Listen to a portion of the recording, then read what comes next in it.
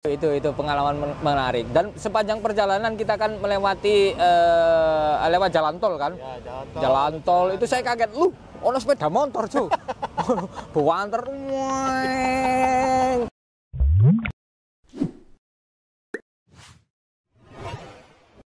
Assalamualaikum, selamat datang di channel Belusukan Kuliner. Gak lama nih kita akan jumpa dengan Cak Karjo. Halo Jo. Halo. Gak lama ini sibuk banget sekarang. Oh, kebalik. Dia yang sibuk. Saya masuk sibuk. Sama-sama sibuk. Ya. Oke. Gimana kabarnya kamu? Sehat-sehat? Alhamdulillah. Cak Karjo gimana? Alhamdulillah sehat. Nah, sapa-sapa untuk teman-teman Malaysia. Nah, semoga dulur-dulur Malaysia, penontonnya atau subscribernya Belusukan Kuliner juga senantiasa sehat. Rezekinya lancar. Amin. Dan jangan lupa, bahagia itu sederhana, makan nasi Padang. Nah, karena di sini apa namanya, bahagia itu adalah nama restoran nasi Padang. Nah, kita bakal cerita jujur ya. Nah, kali ini saya mau tanya Cak Karjo. Yap. Boleh ya? Dengan pertanyaannya banyak juga. Karena saya pengen tahu dari sudut pandang Cak Karjo sendiri tentang Malaysia. Yap. Karena itu kan pertama kali ya. Oke. Lihat suasana Kuala Lumpur meskipun semalam saja.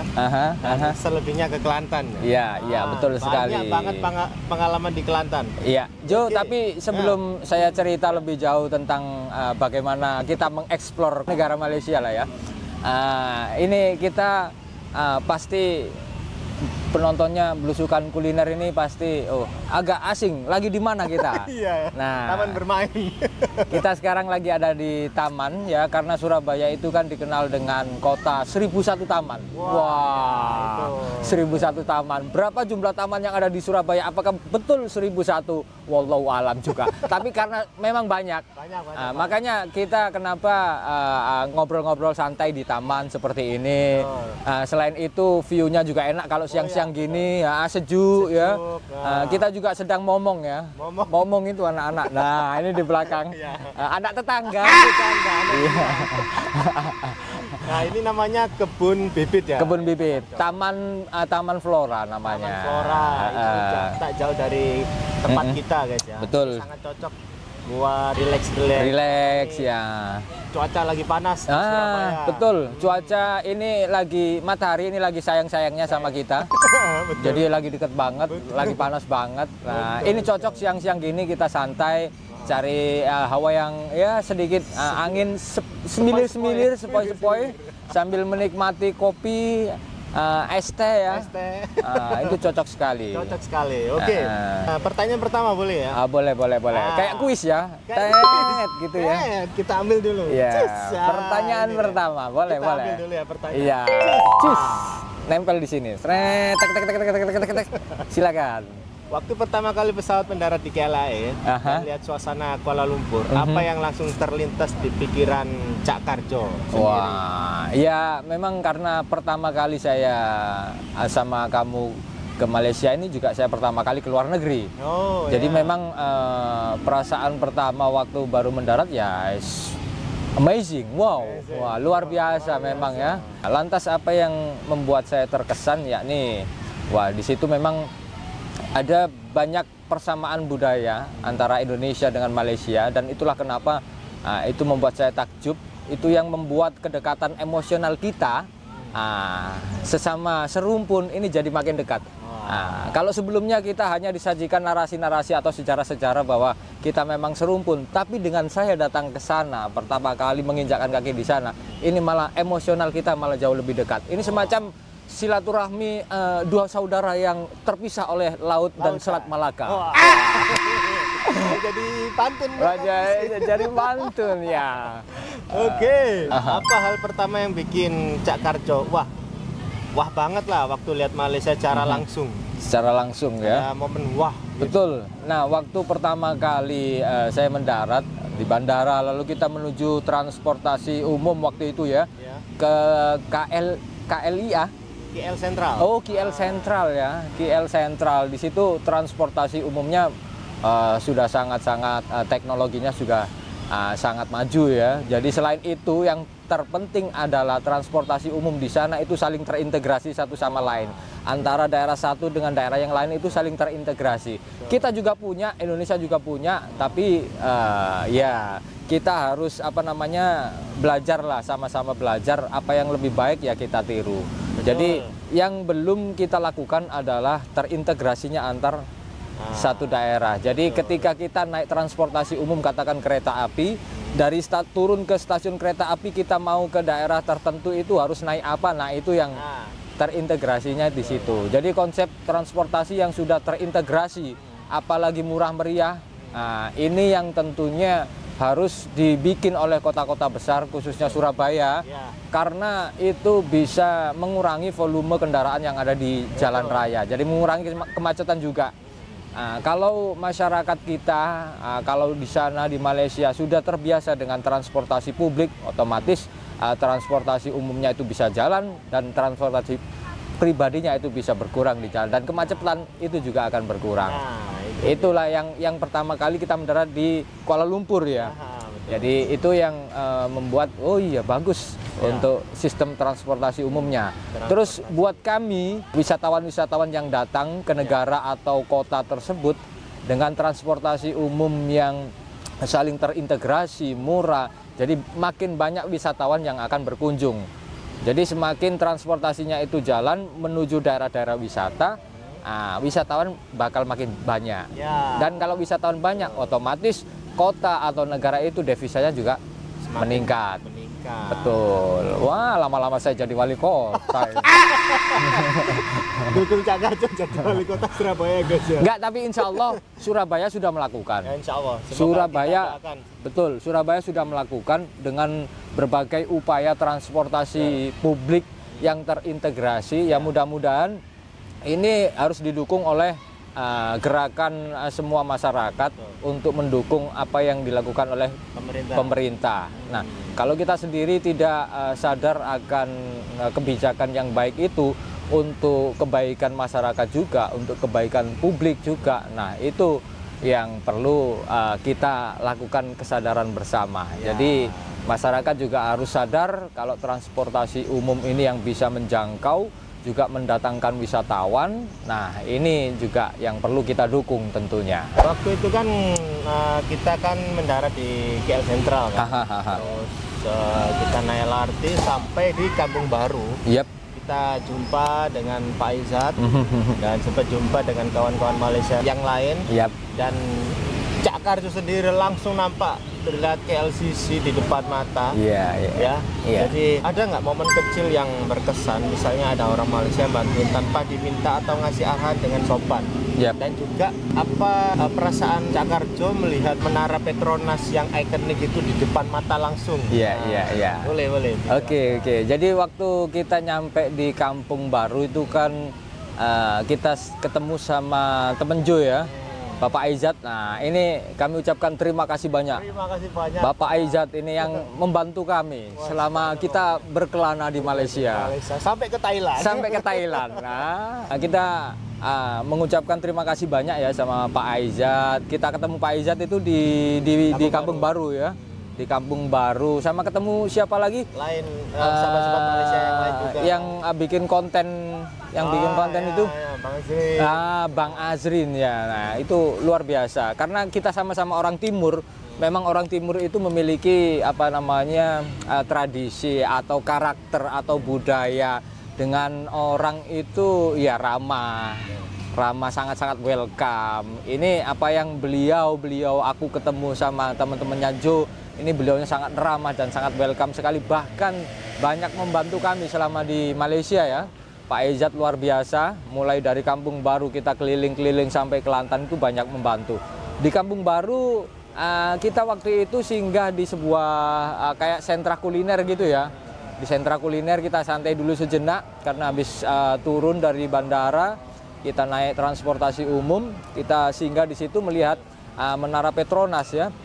Luar biasa, itu menjadi salah satu ikon Kuala Lumpur yang juga menjadi ikon Malaysia bahkan.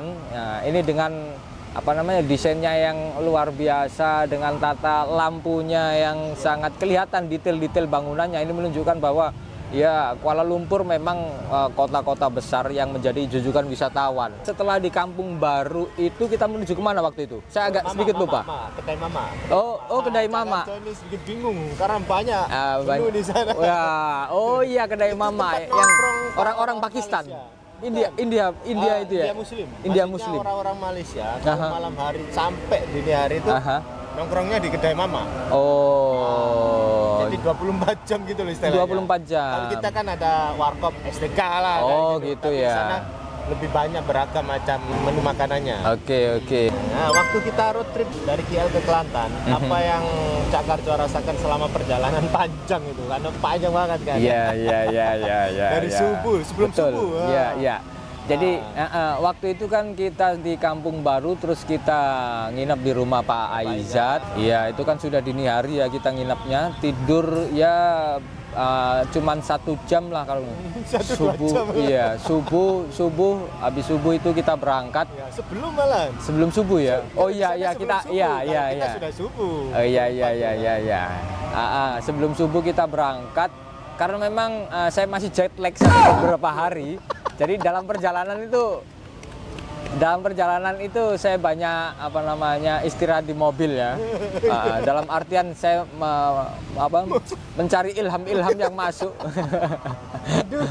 mencari energi alam di sekitar untuk saya kumpulkan supaya nanti dalam kita mengeksplor itu sampai Kelantan itu kita dapat energi baru. Iya, betul. Jadi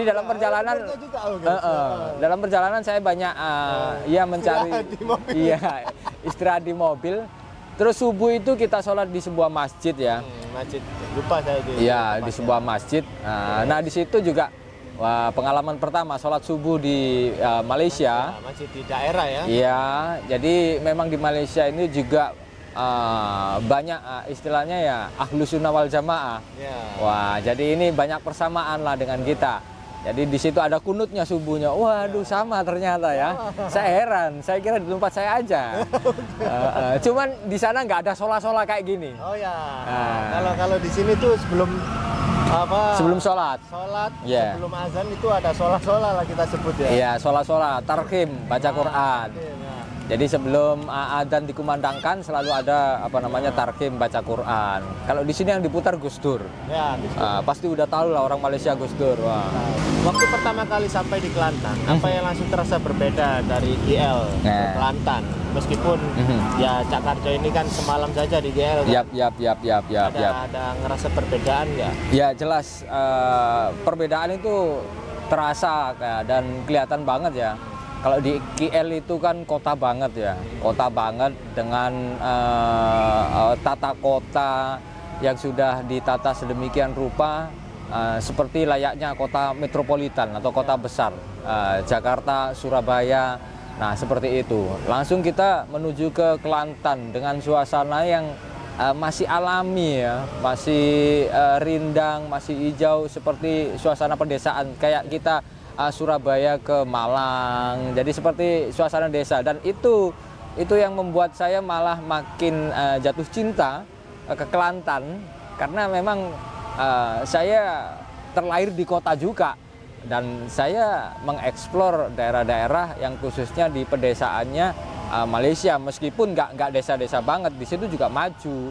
Tapi disitulah yang banyak saya dapat pengalaman atau pelajaran baru pergi ke Kelantan.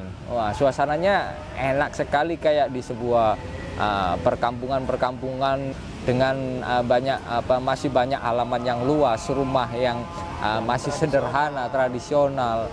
Itu yang paling terasa. Tapi banyak lagi perjalanan kita ke Kelantan yang membuat saya terkesan. Selain dari kulinernya, kita ketemu banyak orang Malaysia di sana, banyak sekali ya.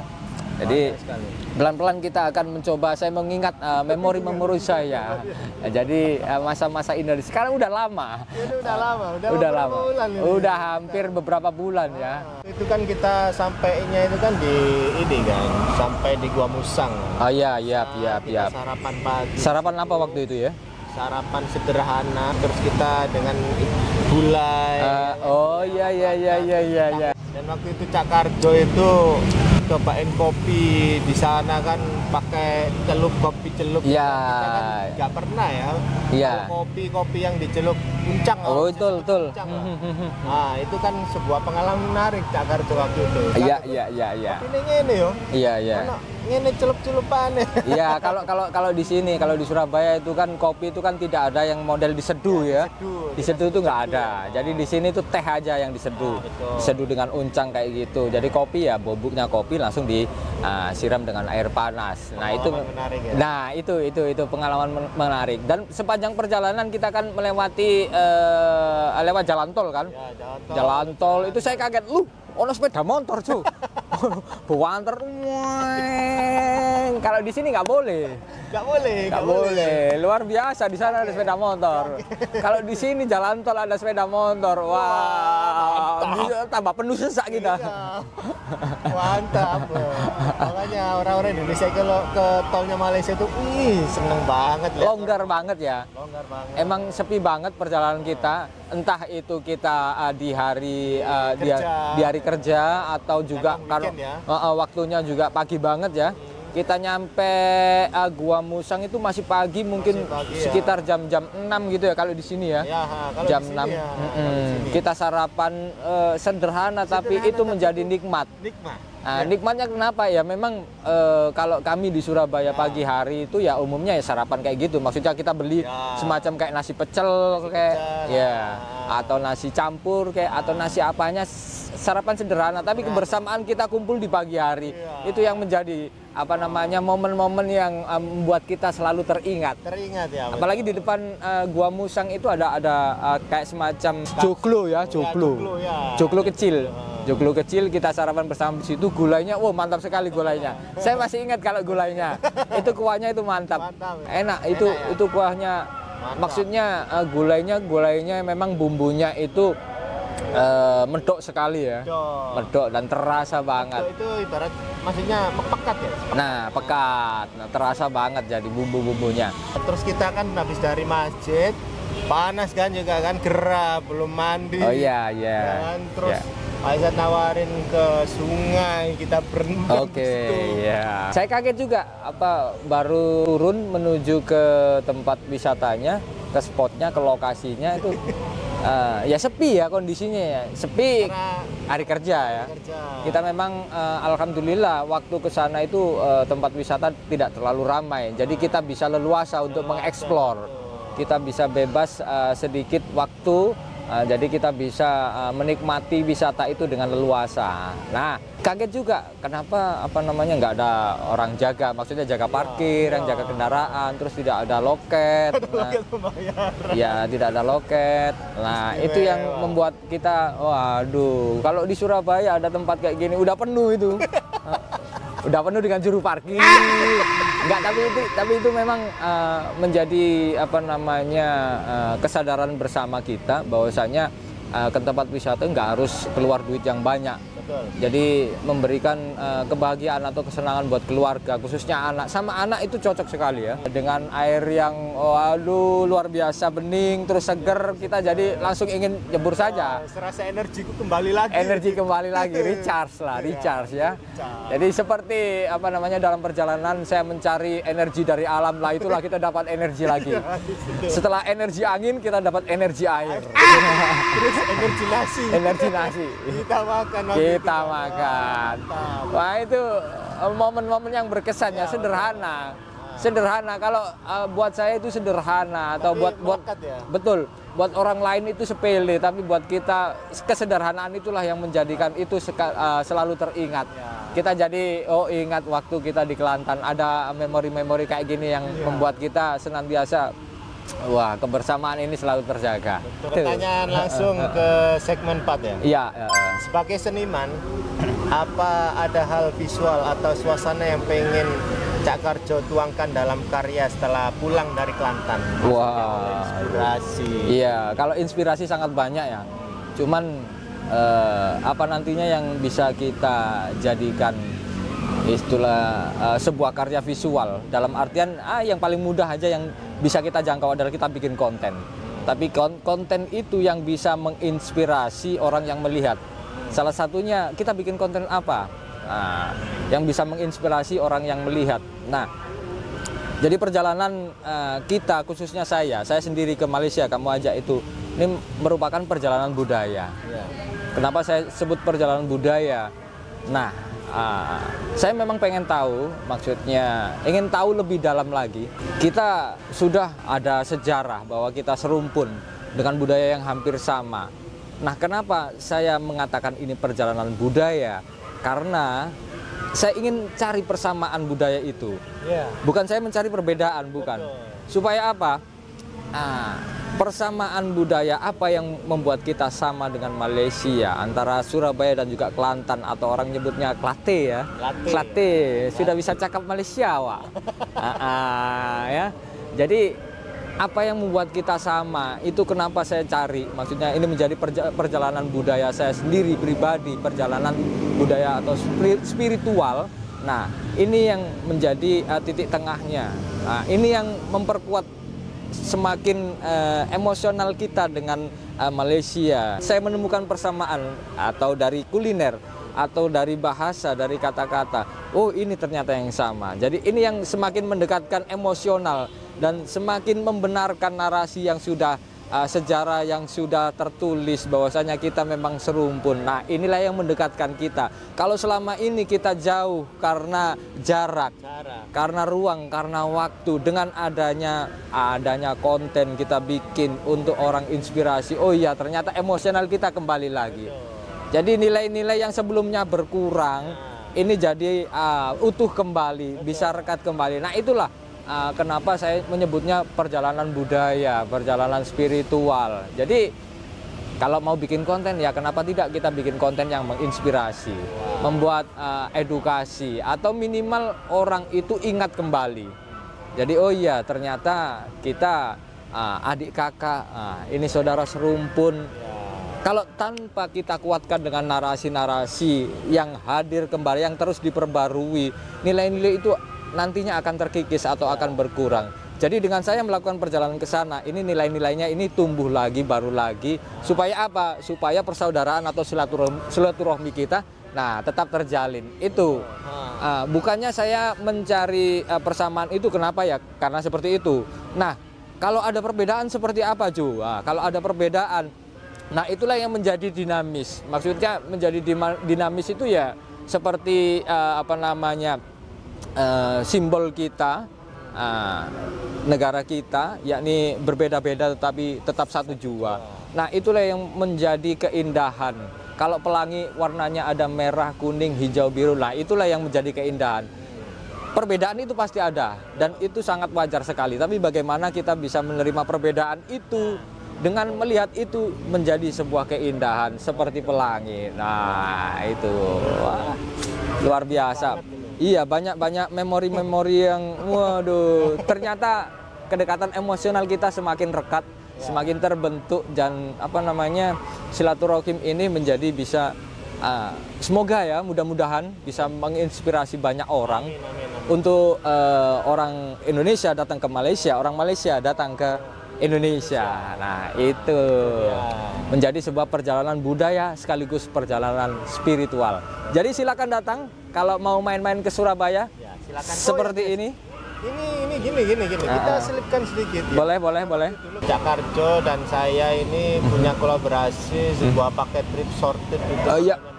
Teman-teman Malaysia ya. Kalau berkunjung ke Surabaya dan mau diajak pusing-pusing, keliling-keliling sama pusing-pusing, bisa langsung ini.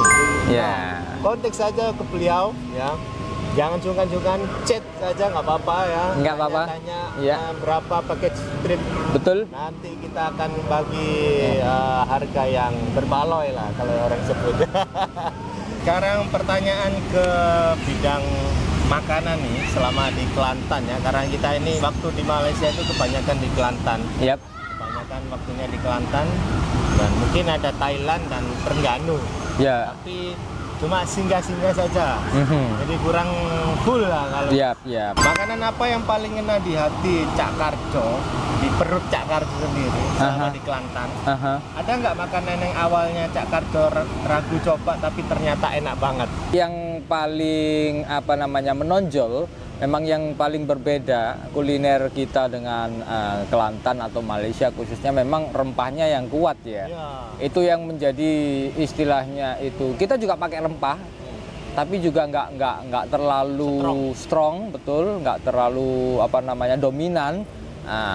Jadi itu yang membuat perbedaan antara kita dengan sana. Tapi itu lama-lama waktu saya pertama kali mencoba, wow, ini luar biasa, ini rempahnya kuat banget ya. Saya agak terkejut juga ya. Iya, agak terkejut. Tapi itu yang menjadi apa namanya nilai-nilai apa namanya membuat kita semakin teringat. Maksudnya memori waktu kita di sana. Oh, ternyata kulinernya seperti ini. Jadi rempahnya lebih kuat. Itu waktu pertama kali makan itu, waduh, luar biasa ini dengan rempahnya yang kuat ya. Berarti memang kuliner Malaysia ini lebih menonjolkan istilahnya bahan-bahan yang alami. Jadi ini yang masih terus dijaga nilai-nilai itu. Waktu saya coba beberapa kuliner ada nasi kerabu ya, lalu ada ayam percik atau nasi ulam, cikgu. Wah, itu juga apa luar biasa dengan banyak lauknya sampai bingung. Nah, itu ini ternyata nasi di sana itu banyak lauk. Nah, tinggal kita tinggal sesuai selera aja. Mana yang mau diambil lauknya tinggal ambil gitu aja. Nah, itu yang membuat beda ya. Karena harus banyak lauk dengan banyak istilahnya itu kalau di sini tuh topping-topping lah ya. Topping-topping ada. Nah, itu nasi kerabu itu dengan cara makannya yang harus diurap ya. Karena memang kebiasaan saya juga kalau di rumah pakai sambal aja saya urap itu nasi sama sambal gitu.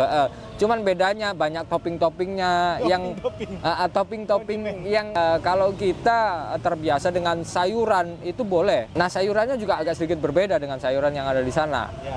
Nah, itu mungkin yang kita belum terbiasa juga agak-agak kaget. Tapi ketika itu sudah dicoba, ternyata enak juga.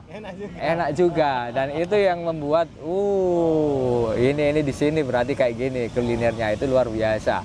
Nasi kerabu dengan apa namanya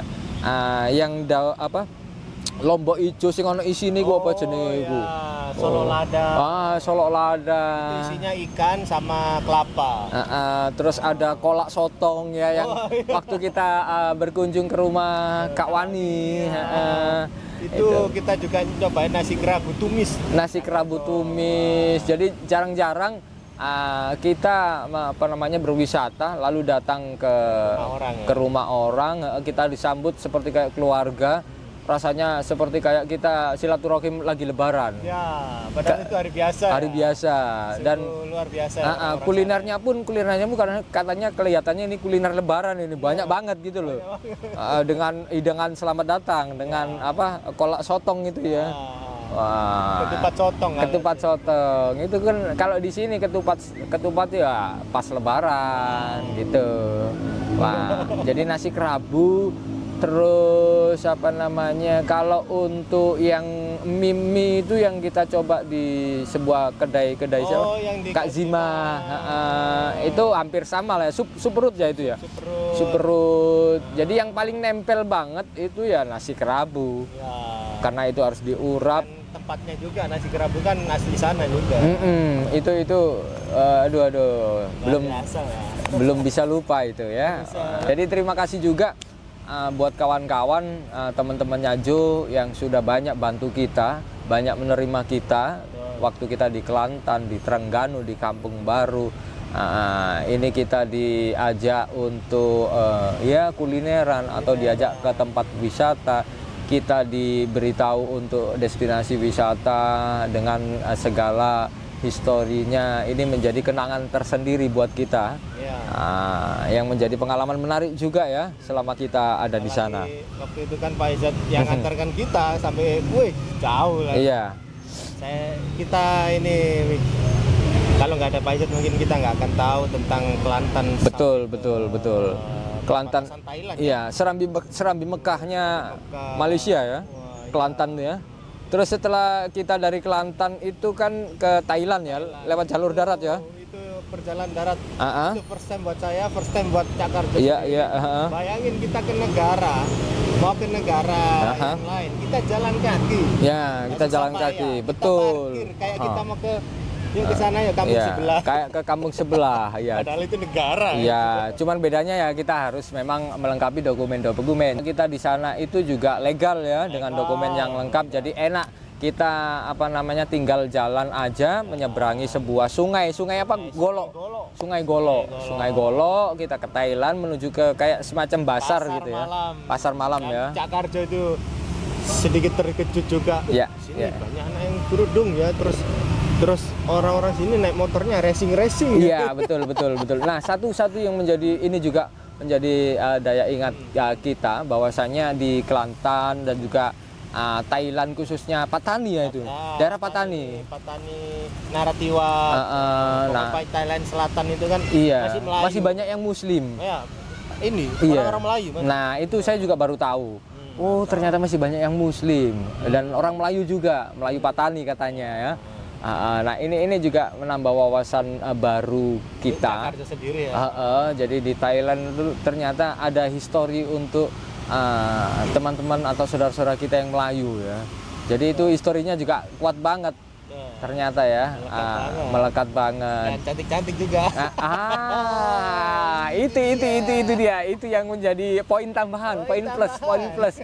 Jadi di Thailand maupun di Kelantan itu saya banyak sekali mata itu tertuju pada satu titik yang sangat-sangat bersinar. Jadi ternyata orang-orang sana atau wanita-wanita di sana cantik-cantik. Rancak bana putriku. Waduh, jadi makin betah ya kalau wisata di sana ya. Untung saya nggak ketinggalan. Nggak ketinggalan di Thailand. Nggak ketinggalan di Thailand. Waktu kita ke pasar yang di Kelantan itu pasar besar. Pasar besar Khadijah iya, pasar besar Khadijah itu juga waduh, yang jual-jual masih muda-muda.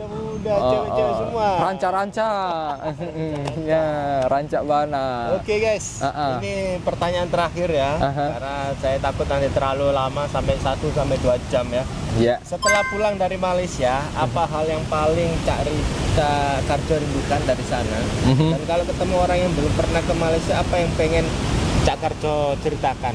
Maksudnya ketemu sama tetangga atau teman, pasti kan ditanyain kan? Iya. Setelah pulang dari Malaysia, memang kita apa yang dirindukan? Melakukan perjalanan budaya itu dengan banyak momen, banyak peristiwa yang bisa kita ingat ya. Tapi salah satunya apa yang menjadi berkesan, yakni ya, kita melakukan perjalanan budaya itu bukan untuk mencari perbedaan, karena perbedaan itu adalah suatu kewajaran dan itu menjadi dinamis, menjadi indah. Itulah yang mewarnai kehidupan kita. Tapi saya mencari persamaan supaya apa? Supaya kita menjadi lebih dekat emosional kita. Kalau selama ini kita terganggu atau ada banyak noise dari luar dengan gangguan-gangguan apapun sehingga itu kita lagi berjarak. Tapi dengan adanya perjalanan budaya ini kita menjadi lebih dekat kembali. Jadi emosional semakin terjaga, dan apapun itu kalau kita bisa menjaga emosional kita lebih dekat lagi, dan silaturahim ini tentunya juga nilai-nilai apa yang sudah diwariskan oleh pendahulu kita itu nantinya juga akan tetap terjaga pada generasi penerus tentunya ya. Jadi mudah-mudahan ini ke depan ini kita juga semakin baik dalam hubungan bernegara, baik dalam hubungan bermasyarakat secara apapun itu. Jadi kita masih punya satu yang bisa menjadi pegangan buat kita semuanya, bahwa kita adalah saudara. Nah, selain saudara serumpun, kita juga saudara seagama. Selain saudara seagama, kita adalah sesama manusia. Waduh, luar biasa. Ini dalam ini ya. Waduh, dalam sekali, harus berenang. Terima kasih guys ya, nonton video Blueskan Kuliner. Dan saya juga terima kasih buat Cak Karjo, dan spesial untuk kawan kita yang di Malaysia yang antarkan kita pusing-pusing, Pak Izzat. Pak Izzat, terima kasih banyak Pak Izzat. Wah, mantap Pak Izzat. Rezeki yang rezeki lancar, sehat selalu.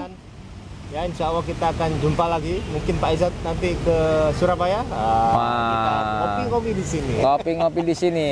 Di Surabaya. Iya, Surabaya. Oke guys, see you next time. Sampai jumpa di video selanjutnya. Terima kasih.